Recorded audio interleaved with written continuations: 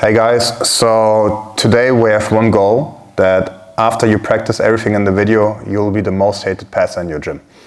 And I think you can achieve that with a lot of training, but if you have the concepts down and you put the work in, I think we can achieve it. So usually what people do in passing is, if I want to teach you some passing, I would assume in most schools, it will be like, okay, this will be, I don't know, a scoop grip pass. So for example, my partner will start here, I will get into a scoop grip, and I will start passing sequences from here. And I will show you 3 options, maybe 3 reactions of his, and how we can advance from here.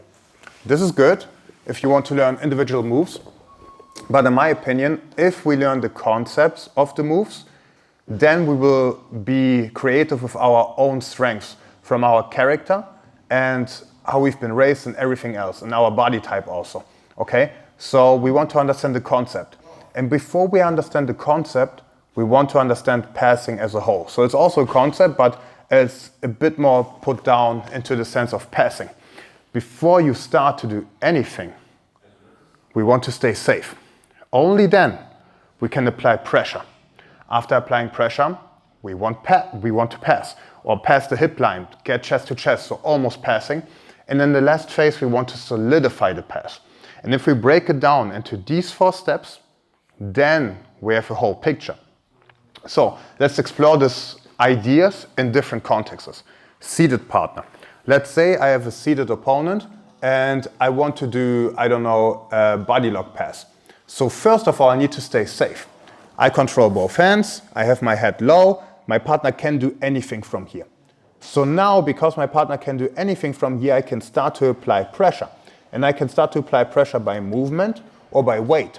Because I want to go into a body lock, I will, let's say, go into an over-under situation and apply pressure by falling into my partner. So I will apply weight.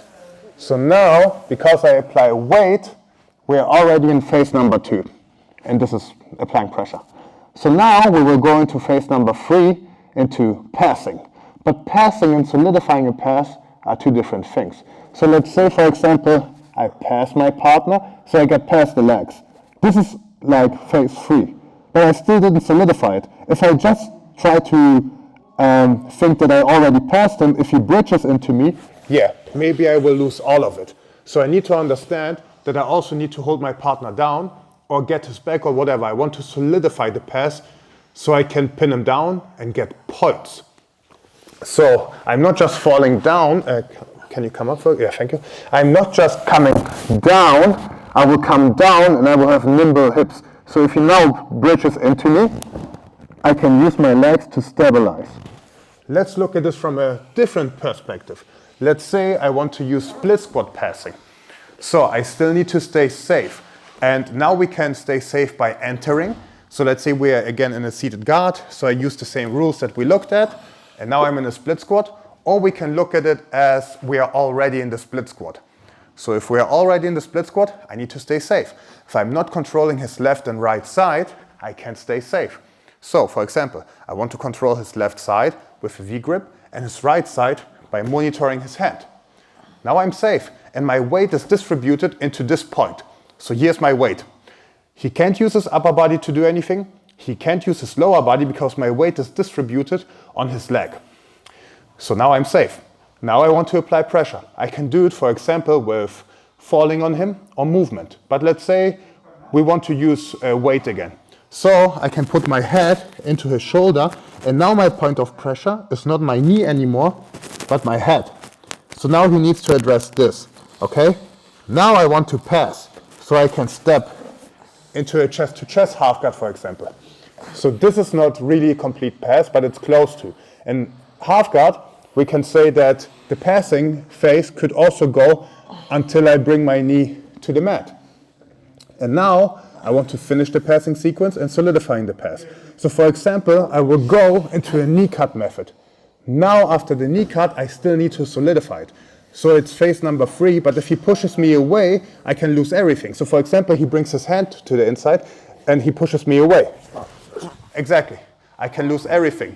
So I can decide by going back and restarting the sequence, okay, or I can try to solidify it. So if he pushes me away, for example, I want to solidify it. So I could put the block in and now go to a north-south position, okay? And from here, I still didn't solidify it. So I use a grip on his leg to pull it and a grip on his elbow.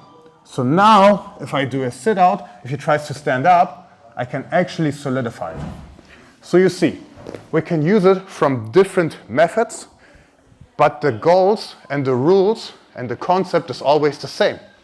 So if you want me to explore into all of them, into staying safe, number 1, into applying pressure, number 2, into passing, number 3, and into solidifying the pass, number 4, comment and like this video. I want to see a lot of likes because we are trying to put the work into the video quality and everything else, and it's for free.